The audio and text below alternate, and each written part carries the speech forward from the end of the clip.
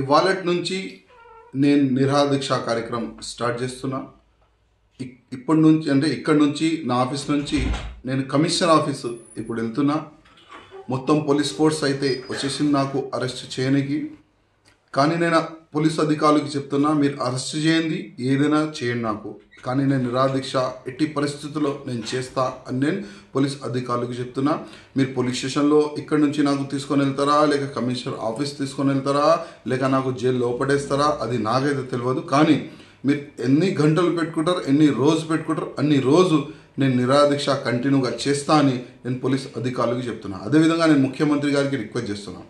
ముఖ్యమంత్రి గారు, ఏమవుతుంది మన తెలంగాణలో, అసలు చట్టానికి కాపాడే బాధ్యత ప్రభుత్వంది ఉందా లేదా, నేను ముఖ్యమంత్రి గారికి రిక్వెస్ట్ చేస్తున్నా, అడుగుతున్నా.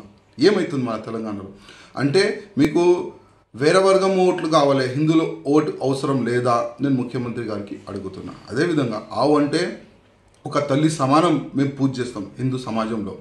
అదే ఆవు పిల్లలంటే దాన్ని కూడా మేము పూజ చేస్తాం, 100% దాన్ని కూడా పూజ చేస్తాం. కానీ ఇవాళ 1977 యాక్ట్ని విలువ చేయకుండా మొత్తం ఓల్ సిటీలో వేల సంఖ్యలో మొత్తం ఆవు పిల్లలు కట్టి పాడేసినారు. బక్రీద్ సందర్భంలో కోయనికి పెట్టినారు.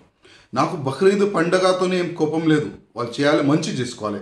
కానీ నేను ముస్లిమ్స్ సోదరులు కూడా నేను రిక్వెస్ట్ చేసిన, బక్రీద్ పండగ మీ గతంలో మీ పెద్దోళ్ళు ఏ విధంగా చేసినారు ఆ విధంగా మీరు చేస్తే చాలా మంచిగా ఉంటుంది. నేను ముస్లిం సోదరులు కూడా నేను రిక్వెస్ట్ చేస్తున్నా. అదేవిధంగా కొంతమంది వాళ్ళ రాజకీయం స్వార్థం వల్ల మా ఆవులని తీసుకొని వచ్చి కోయనికి ప్రయత్నం చేస్తారు, ఆవు పిల్లల్ని తీసుకొని వచ్చి కోయనికి ప్రయత్నం చేస్తారు. ఆ విధంగా నడుస్తుంది. ఇవాళ మనం సత్యనారాయణ డీసీపీ గారికి అడిగిన, సార్ మీ లిమిట్లో వేల సంఖ్యలో ఆవు పిల్లలు కట్టి పెట్టినారంటే, లేలే మా ఏరియాలో ఒక్కటి లేదు, నేను వచ్చి చూపెడతా అంటే, లేలే మీరు వచ్చే అవసరం లేదు, మీరు వస్తే అరెస్ట్ చేస్తాం.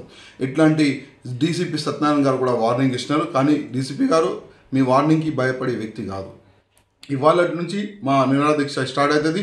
మా కార్యకర్తలపైన కేసు పెట్టినారు ఇన్లీగల్గా, సంబంధం లేకుండా మా కార్యకర్తలపైన కేసు. రాయసింగ్ ఎంబడి ఎంతమంది ఉంటారు, వాళ్ళకి టార్గెట్ చేసి మీరు వాళ్ళపైన కేసు పెట్టినారు. వాళ్ళ గురించి నేను మాట్లాడకపోతే నా పైన కూడా ఇన్లీగల్గా ఎఫ్ఐఆర్ చేసినారు. అసలు ఎందుకు ఇది తెలంగాణలో అసలు ఎవరు గవర్నమెంట్ ఉంది? మళ్ళీ ఒకసారి రజాకార్ గవర్నమెంట్ వచ్చేసిందా? నేను ముఖ్యమంత్రి గారికి అడుగుతున్నా. ఏం నడుస్తుంది తెలంగాణలో? అసలు తెలంగాణలో హిందువులకి కాపాడే బాధ్యత ఎవరిది? తెలంగాణలో హిందువుల మనోభావాలకి కాపాడే బాధ్యత ఎవరిది ఉంది? ప్రభుత్వంది ఉంటుంది. కానీ మీరేం చేస్తున్నారు, మొత్తం వన్ సైడ్ పోయి ఒక రజాకార్ సమయంలో ఏ విధంగా అయింది దౌర్జన్యం, ఆ విధంగా మీరు దౌర్జన్యం తెలంగాణలో చేస్తున్నారు. ముఖ్యమంత్రి గారు ఇంకా మా డీజీపీ గారు మీకు రిక్వెస్ట్ చేస్తున్నా, మీరు ఇవాళ నాకు అరెస్ట్ చేయండి, కానీ నా నిరాదీక్ష కంటిన్యూగా ఉంటుంది. ఎప్పటి వరకు?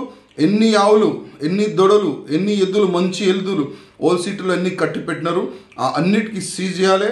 ఆ అన్నిటికీ ఎవరు తీసుకొని వచ్చినారు వాళ్ళపైన ఎఫ్ఐఆర్ చేయాలి, వాళ్ళకి అరెస్ట్ చేయాలి నేను రిక్వెస్ట్ చేస్తున్నా. అదేవిధంగా మా కార్యకర్తలపైన కేసులు మొత్తం తీసేయాలని నేను ముఖ్యమంత్రి గారికి అదేవిధంగా డీజీపీ గారికి రిక్వెస్ట్ చేస్తున్నా.